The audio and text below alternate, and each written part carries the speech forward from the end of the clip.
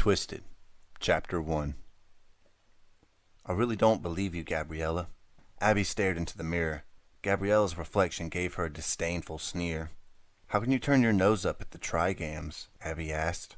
You know, most girls would kill to get into this sorority. Gabriella's expression didn't change. I'm just not interested, she said. Abby picked up a lipstick and began to rub it with short, quick strokes across her already red lips.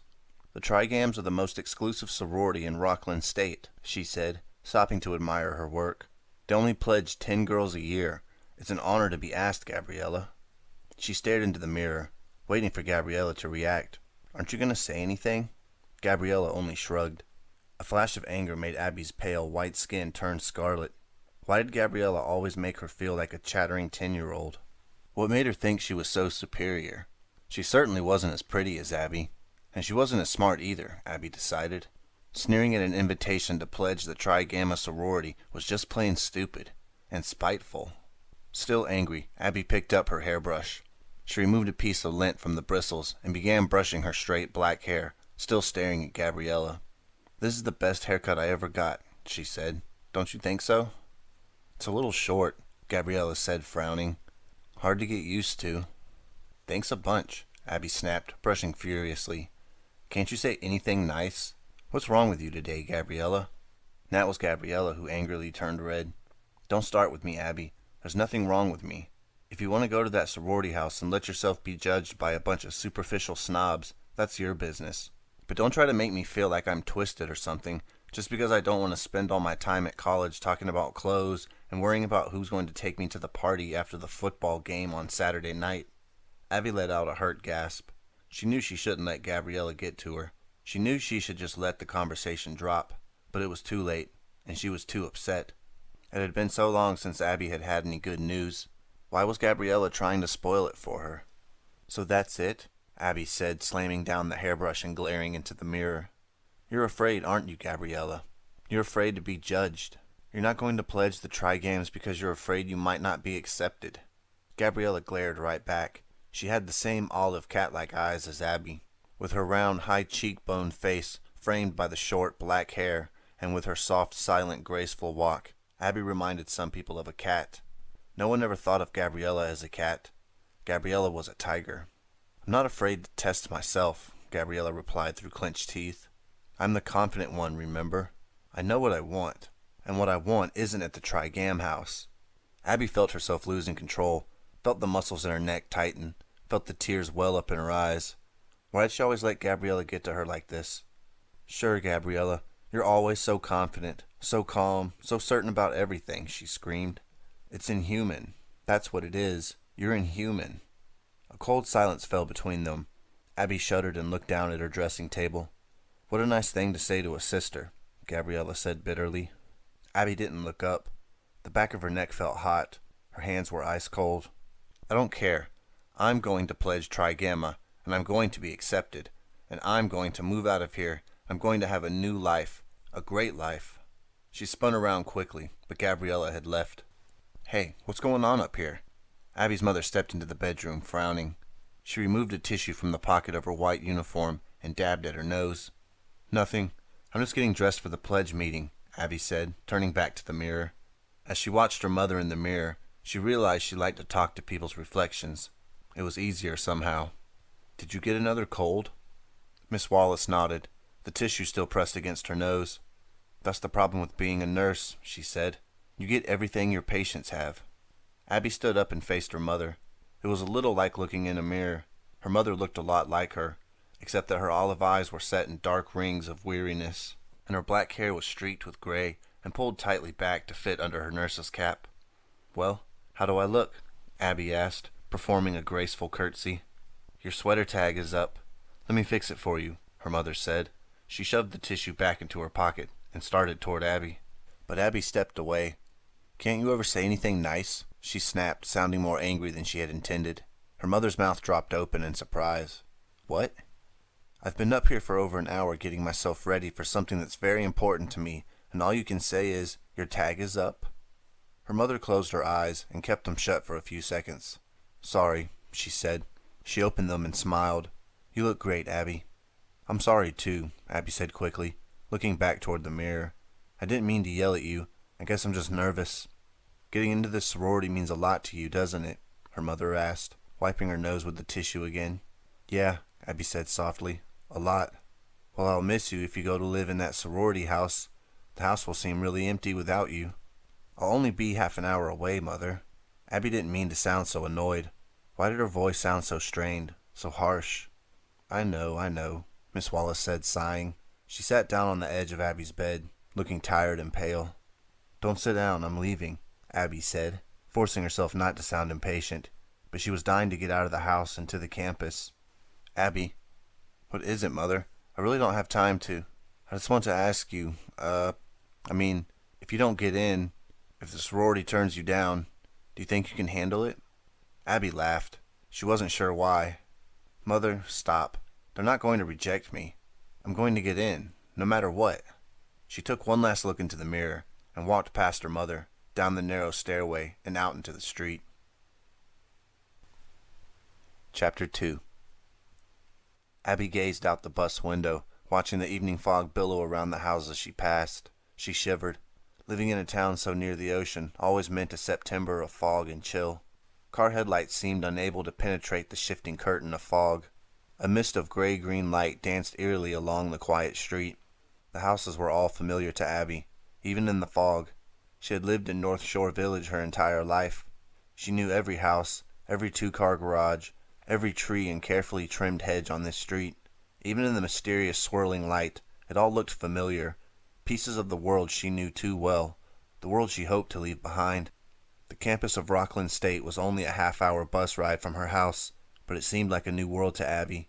The ivy-colored red-brick buildings facing onto the wide, grassy quadrangle, and the new courses, the new faces, all seemed to offer a fresh start, a new beginning, a world where Abby had no past, only a promising future. The bus stopped a block from the Trigam house, and Abby stepped out into the cold, wet air. She walked quickly past the row of campus shops that led toward Greek Row.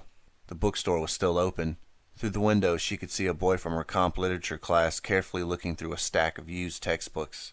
She hurried past the bookstore, past Ernie's coffee shop, past the tiny jewelry store with the sign in the window, "Ears pierced while you wait." Why was it so freezing cold? She knew she should have worn a coat, or a heavier sweater, but that wasn't the look she wanted for her first appearance in the Trigam house. Her oversized gold sweater and short brown knit shirt over dark patterned tights were just the right choice, she told herself. Sophisticated, sexy, and casual. Casual. Abby had to laugh at the thought. She had spent 2 hours trying to decide what to wear. This decision was anything but casual. And why should she be casual about something that meant so much to her? First impressions are important. She didn't want everyone's first impression of her to be of someone all bundled up against the cold. She was halfway across the street before she realized she hadn't looked for traffic. Luckily the street was empty, except for a pizza delivery boy on a bike. He looked her up and down as he pedaled past. I guess I chose the right outfit, Abby thought, smiling. The Beta house, with its tall wrought iron fence that made it look like some kind of prison, stood on the corner. Abby began to walk faster. The Trigam house was next, just beyond a row of shedding oak trees. She looked across the lawn to the entrance. A white spotlight pierced the fog, illuminating the twin white columns that framed the stairway. The white double doors beyond the stairway were pulled open. Abby stumbled over a stone on the sidewalk. She quickly recovered her balance. Take it easy, Abby, she told herself. Just stay calm, girl. But saying it was a lot easier than doing it. Another girl stepped into the light of the spotlight, about to enter the sorority house. Abby stopped. Her heart seemed to stop. She shivered, this time not from the cold. It was Layla Sherman. She watched Layla enter the house, then stood staring at the open doors behind the two white columns. Layla Sherman was pledging the Trigams too? How could that be? For a moment, Abby thought of turning around and going home. She felt somehow betrayed, invaded. Layla was part of the past. What right did she have to enter Abby's new world? It doesn't matter, Abby told herself. Layla doesn't matter anymore. Past is past. So why did she feel so crummy? Abby had heard that Layla was still going with Gordon, even though he wasn't in school. Well, she's welcome to him, Abby said, and then realized she was talking out loud. Embarrassed, she looked around quickly to make sure no one had heard her. The Trigams aren't likely to accept a pledge who talks to herself on the street, she thought, forcing a smile to her tight lips. The past is past. It had been a whole year, since the thing with Layla and Gordon. She hadn't spoken to either of them for a year. So why did she still feel so crummy? She couldn't ignore the question. She had to ignore the question. Gordon's a creep. She was talking out loud again. He wasn't in college. He had just barely graduated with their class at North Shore High. He didn't have a job. As far as Abby knew, he wasn't doing anything, except going with Layla. Abby stamped her foot angrily against the sidewalk. Enough. She tried to force all these thoughts, all these memories from her mind. Enough, enough, enough. Was she going to walk into the Trigam house? Yes. Was she going to wow them with her good looks, her sophistication, her ready intelligence? Yes. Was she going to forget all about Layla and Gordon and let bygones be bygones? Maybe. When she took her first steps through the entranceway to the Trigam house, Abby expected to enter a vibrant, sparkling new world. At first glance, however, the new world was less than sparkling. In fact, it was pretty run down. The flowered wallpaper was peeling in the entrance hallway. The faded green corduroy armchairs Abby saw as she sneaked a peek into the living room were worn and had yellow stuffing coming out of their cushions. The Trigam who greeted her at the door was wearing a trendy designer jumpsuit, but she had a clump of green stuff stuck to her front tooth, and her smile was plastered on as if she had been forced to be the official greeter. Abby forced a smile of her own and shook the girl's slender hand. "Oh, your hand is freezing," the Trigam cried, without losing her smile. "Why didn't you wear a coat?" Then Abby, her confidence just about completely shaken, was handed a name tag and directed up the stairs to the meeting room. A few rows of folding chairs had been set up facing a music stand at the front of the room. A hand-stenciled sign on the wall said, "Gamma, Gamma, Gamma, welcome its pledges." She saw Layla across the room, her blonde hair pulled to the side in a long, stylish braid, concentrating on getting the name tag to stick to her clinging, wine-colored sweater dress. Past is past. Abby looked away from Layla quickly. She wanted to calm down, to get more comfortable before approaching her. Two girls Abby had never seen before were talking nearby, gesturing nervously with their hands and laughing too quickly at everything being said. Grateful that she and Layla weren't the only ones in the room, Abby started over to join them. "Abby! Hey, Abby!" A familiar voice. Abby turned around quickly. "Nina! What are you doing here?" "What are you doing here?" They laughed. "I don't believe it. I don't believe it." "Hey, stop," Abby said, grabbing hold of Nina's shoulder. "If we're both going to say the same things, one of us has to talk and the other listen." "You go first," Nina said in her scratchy little voice. "I haven't seen you in ages." With her short hair still in bangs, her tiny stub of a nose, no makeup at all, and freckles dotting her face, Nina looked about 10 years old. Abby realized she had known Nina since they were both 10, and Nina hadn't changed at all. They had been inseparable when they were little girls, but the friendship had struggled through junior high, and by the time they reached high school, Nina just seemed too giggly, too silly, too naive, too young for cool, controlled Abby, and they never saw each other away from school. Nina became a cheerleader, was president of the pep club, and had pin-up pictures of rock stars taped to her locker door. Abby became feature editor of the newspaper, wrote long surreal poems for the literary magazine, and fell in love with Gordon.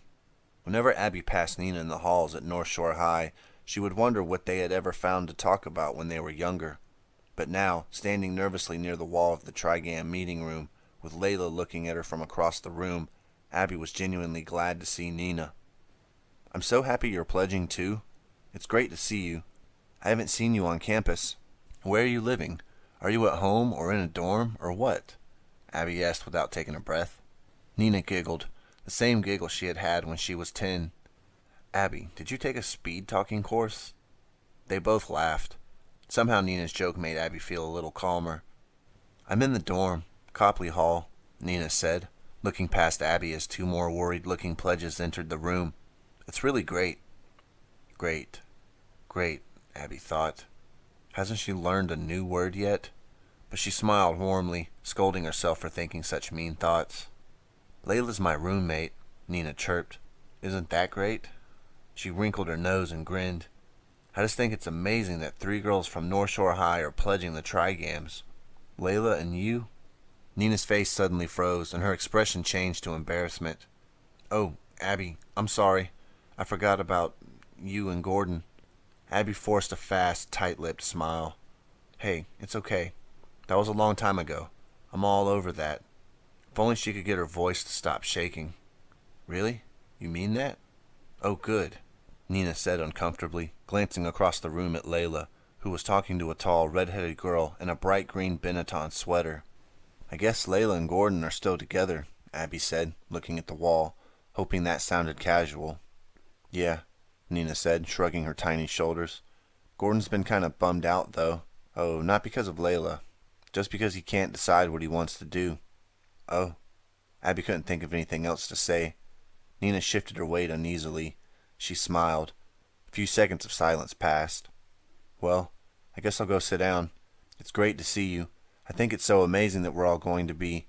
Hey, where are you living? Are you at home? Uh-huh. Great. Well, Nina wanted to end the conversation, but she was having trouble figuring out how. How about coffee after the meeting? It was a half-hearted invitation. Sure, Abby said quickly. If it isn't too late. See you later.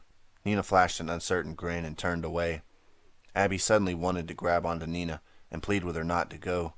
She didn't want to have to face Layla. She didn't want to talk to Layla. Not yet. But Nina was already talking to a couple of girls near the window, and Layla had finished her conversation with the tall redhead and was starting to walk down the row of chairs toward Abby, a confident smile on her dark red lips. Hey, Abby. What a shock. Hi. Abby could feel her face grow hot. She knew she must be blushing bright red. It was such an embarrassing trait. She positively hated the feeling of being out of control, having her face do something that she didn't will it to do. What was she going to say to Layla after all this time? What could she say? Should she be nice to her? Should she act as if nothing had happened? Hey, Abby. How you doing? Chapter 3. Okay, guys. Let's all take our seats. I think we can get started. Abby looked toward the front of the room. A girl had stepped behind the music stand and was gesturing for everyone to sit down. Come on, seats, people. Saved by the bell, she told herself. She looked back at Layla, who was still halfway across the room, and shrugged.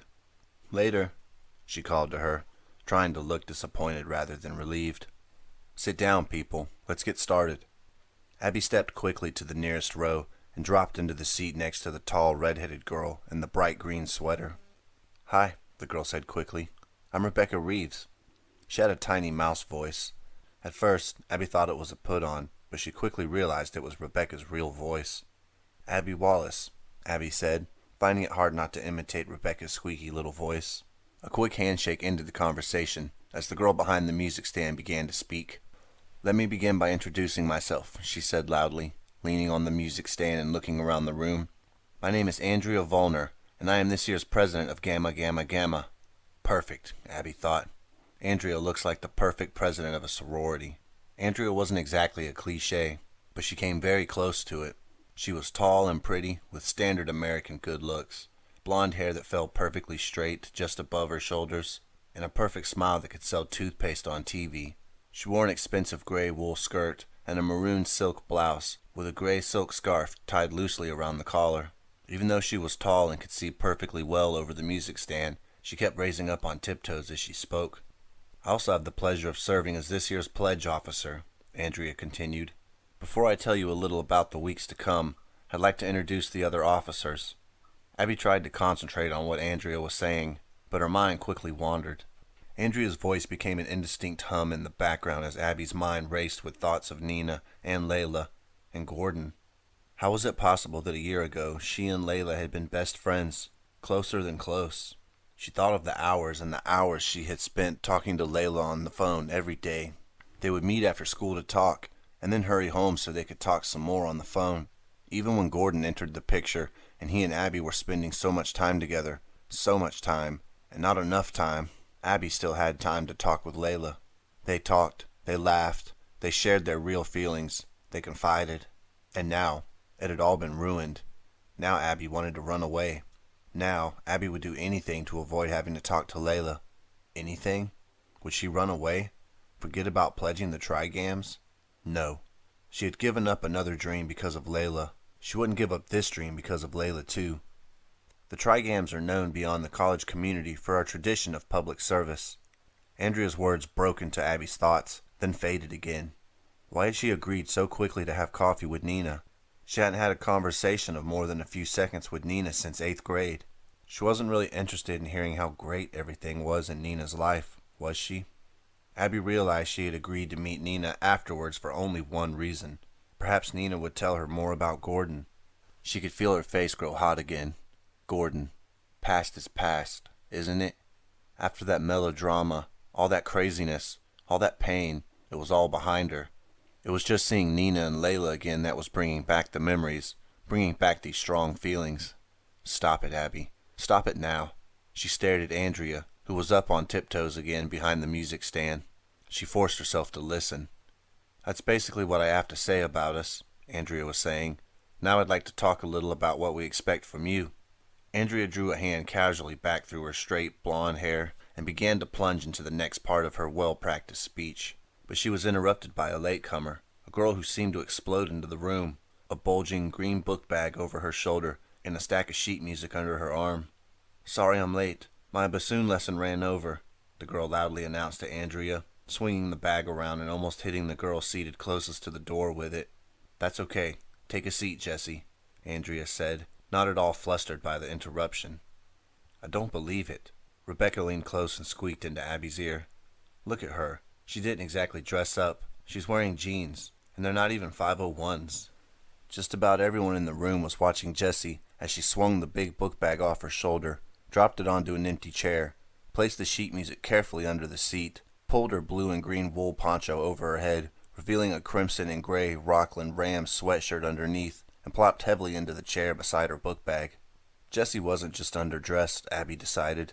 Everything about her, from her bright red eyeglass frames and her unruly mousy brown hair to her baggy jeans and loose-fitting sweatshirt, which only emphasized that she had a definite weight problem, indicated no desire to fit in with the others, no attempt to look like a Trigam. Abby always tried hard not to judge people by their appearance, but seeing a girl who cared so little about her appearance turning up as a pledge in a Trigam house was certainly a shock. How did she get chosen? Abby whispered to Rebecca. Is she a fabulous bassoon player or something? Her older sister was a Trigam, Rebecca whispered back. That explained it. Younger sisters were automatically pledged. They weren't always accepted, but they were always pledged. I'd like to resume by saying a few words about your role, Andrea started again. She had to shout. A number of whispered conversations were suddenly taking place, no doubt all of them about Jessie. Before you begin, Jessie interrupted, still trying to get her bulky poncho to rest on the seat next to her. Yes, Andrea said with only a hint of impatience. Maybe you talked about this before I came in, Jessie said. She spoke quickly, breathing hard, as if she had run all the way. I just wondered if you're serving food after the meeting. Someone in the back of the room giggled. No one else made a sound. We hadn't really planned to have a social hour after the meeting, Andrea said. Since it's a weeknight, we thought everyone would have coursework to do.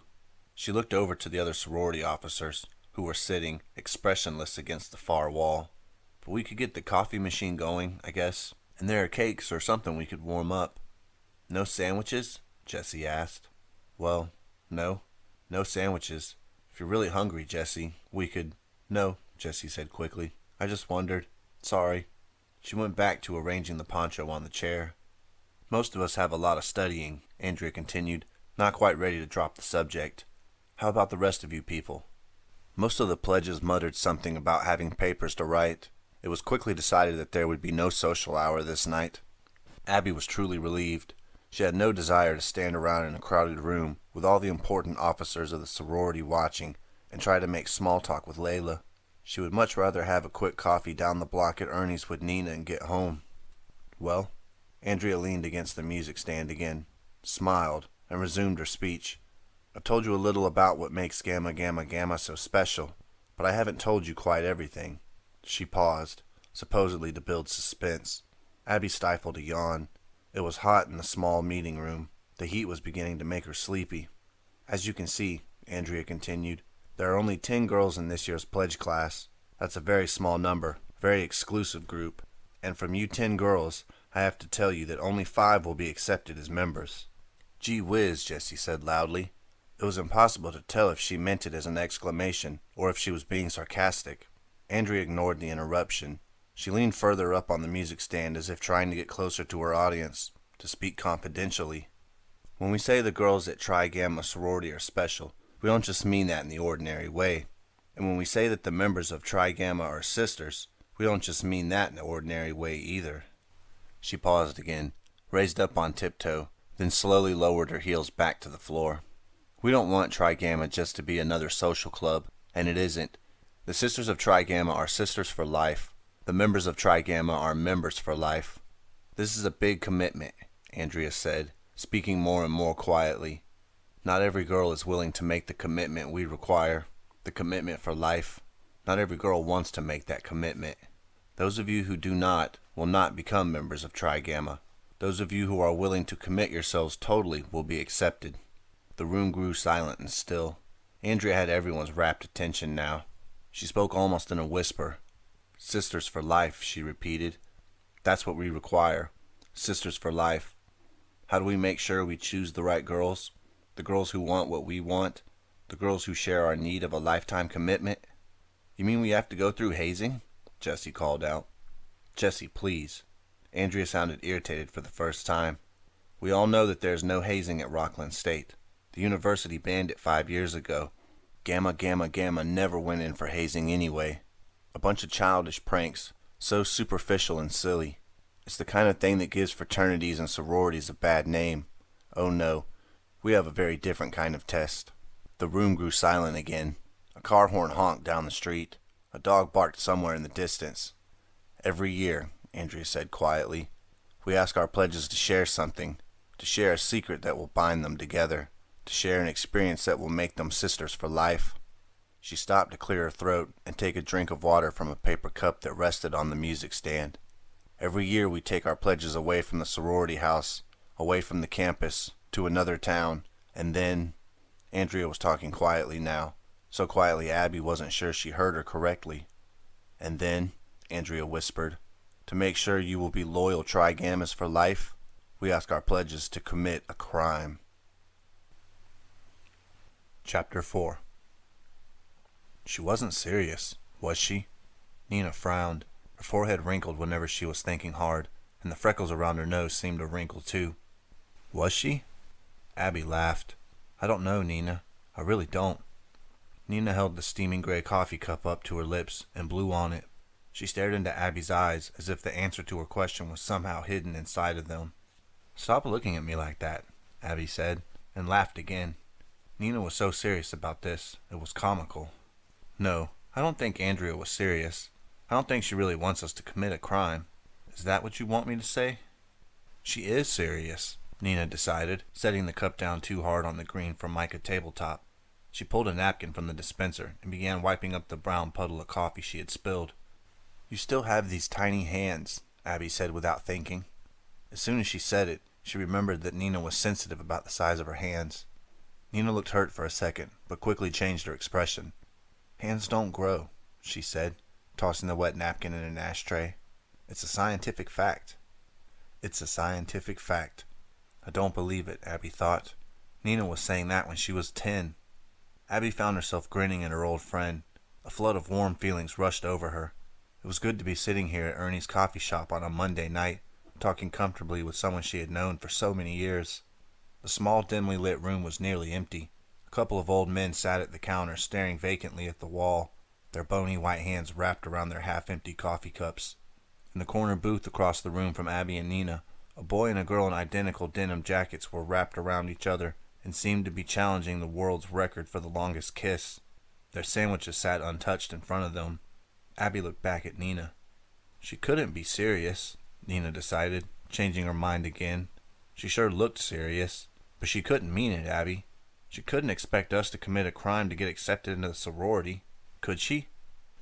Whatever it is, it'll be completely harmless, Abby said. Sororities always make their pledges do silly things. It'll be silly, that's all. Silly, yeah, I'm sure you're right, Nina said, but she didn't look or sound convinced. Hey, did you get to talk to Layla? Yeah, a little. Abby forced a smile. She said hi, and I said hi, And then some other girl asked her a question, and that was it. She looks great, doesn't she? Nina asked. It was her first great of the conversation, Abby realized. I love what she's done to her hair.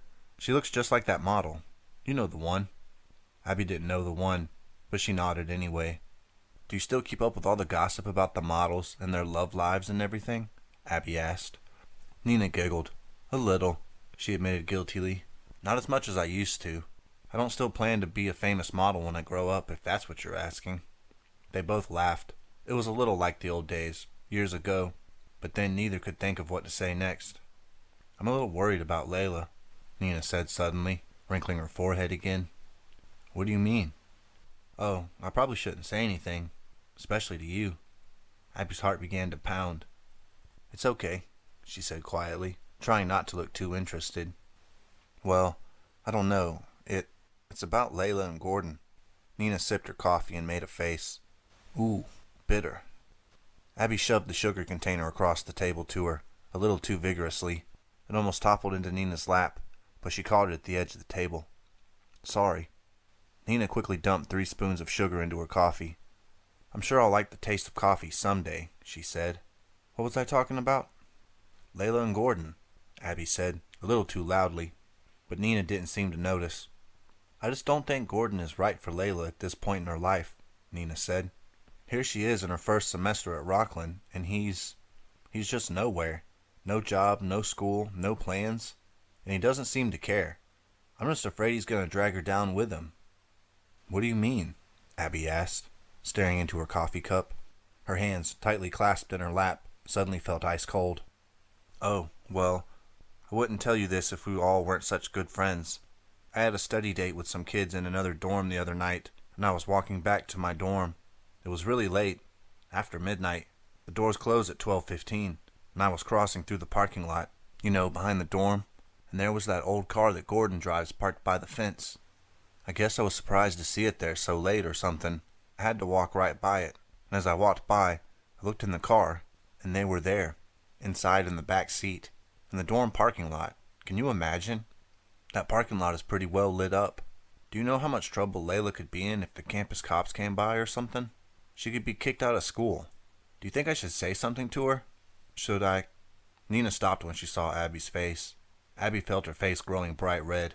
She knew there was nothing she could do about that. She struggled to get her trembling lips and chin under control, but it was a losing battle. Abby's words came through clenched teeth and a hard, cold voice she had never heard before. Layla's a big girl. She can take care of herself. Startled, Nina dropped her cup onto its saucer. Oh, I'm spilling more than I'm drinking. She reached for another paper napkin. Listen, Abby, I'm sorry. Really. It was dumb of me to think. No. Abby started to protest, still unable to stop her quivering face. She was just about to tell Nina to go on, to tell her more, when they were interrupted by a loud, cheerful voice. Well, so this is where the in-crowd hangs out. Hi. It was Jessie, the girl who had arrived late at the pledge meeting and had asked about the sandwiches. She dropped her book bag to the floor and without removing her bulky poncho, began to slide uninvited next to Abby in the booth. You girls were at the pledge meeting, right?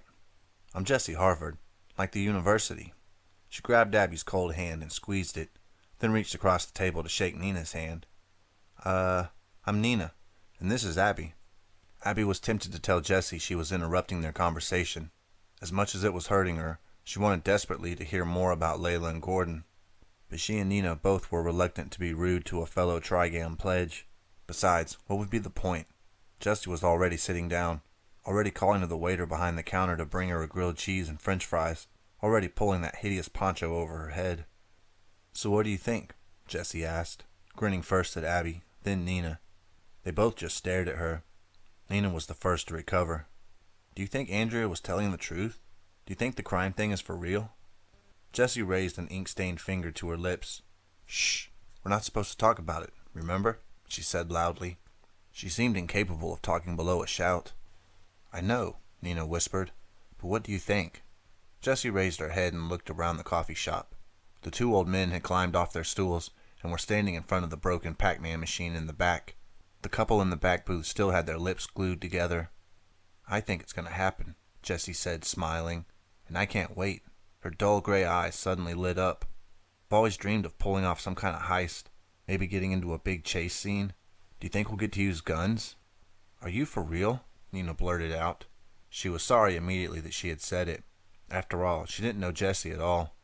Jesse didn't seem at all taken aback by the question. Abby figured that people asked her that question all the time. "Haven't you ever wanted to live a fantasy?" Jesse asked. "To live another life? A wild life? A life of adventure or crime?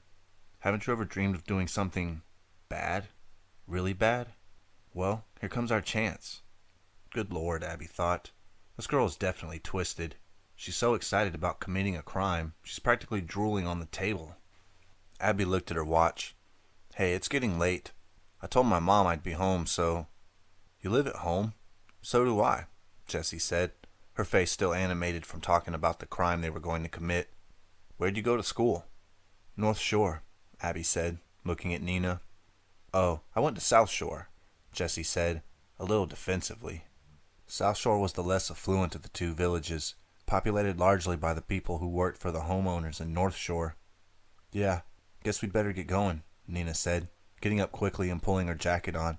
"Oh, okay," Abby agreed, a bit too enthusiastically. "Gee, I just got here," Jessie said, disappointed. She slowly pulled herself out of the booth so that Abby could slide out. "Well, nice meeting you two." "Nice meeting you," Abby and Nina called back. They were already hurrying out the door. They stepped out onto the sidewalk. The air smelled fresh and cool. They looked at each other and started laughing. "She's going to be a trigam?" Nina exclaimed. "She is definitely weird," Abby said. Looking through the smeared coffee shop window, they saw Jessie sitting in the booth alone, still waiting for her food. She was toying with a knife, twirling it between her fingers, and she had the strangest smile on her face.